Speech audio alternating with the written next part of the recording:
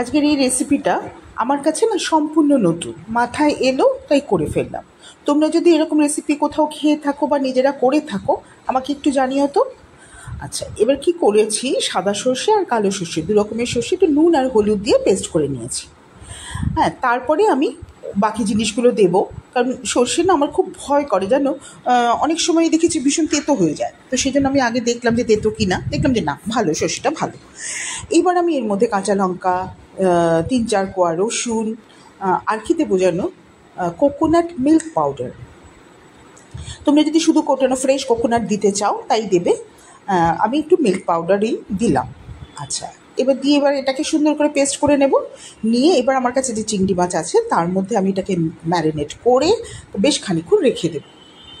এবার অন্যদিকে কি করব, একটা বাটি নিয়ে তার মধ্যে আমি মুসুরি ডালের বেসন বা গুঁড়ো মুসুরি ডাল, বা যদি সেরকম কোথাও না পাও তুমি মুসুরি ডালকে ভিজিয়ে রেখে সেটা যেরকম আমরা পেস্ট করে বড়া করি সেরকম মুসুরি ডালটাকে নেবে। নিয়ে তার মধ্যে ধনে পাতা, একটু কাঁচা লঙ্কা দিলে, একটু নুন দিলে আর একটু খাওয়ার সোডা দিয়ে আমি এটাকে মিক্সড করে রেখে দেবো।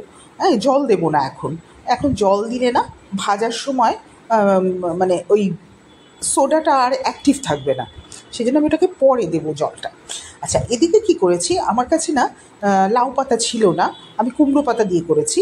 তা আমি এটাকে একটুখানি জলে ভাপিয়ে নিয়েছি। তোমরা অবশ্যই লাউ পাতা দিয়ে করো, লাউ পাতা দিয়ে তো অবশ্যই খুবই বেশি ভালো হবে, তবে কুমড়ো পাতা দিয়েও আমার ভালো লেগেছে। এবার কি করব, এবার এই গোলাটাকে আমি তৈরি করে নিলাম, কারণ আমার পাতাটা তার সব রেডি, আমার এক্ষুনি হয়ে যাবে, কারণ গোলাটা আমার এক্ষুনি দরকার হবে, সেজন্য গোলাটাও আমি রেডি করে রাখলাম।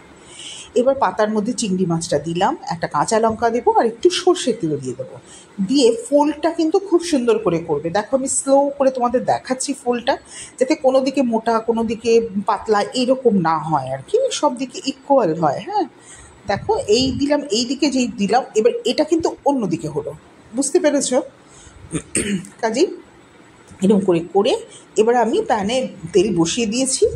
দিয়ে এবার গোলার মধ্যে এটা ডুবিয়ে আমি এটাকে কড়ার মধ্যে ছেড়ে দেবো। এবার এটা করার কিন্তু মানে ঝট করে ভাজার মতো হয়ে গেল এরকম করে কিন্তু নামানো যাবে না। আমরা যেরকম ভাপে মাছ করি ঠিক তেমনিভাবে এটাকে কিন্তু চাপা দিয়ে আস্তে আস্তে করতে হবে, যাতে ভেতরের মাছ সর্ষে সব সুন্দরভাবে রান্না হয়ে যায়, সেরকমভাবে করতে হবে।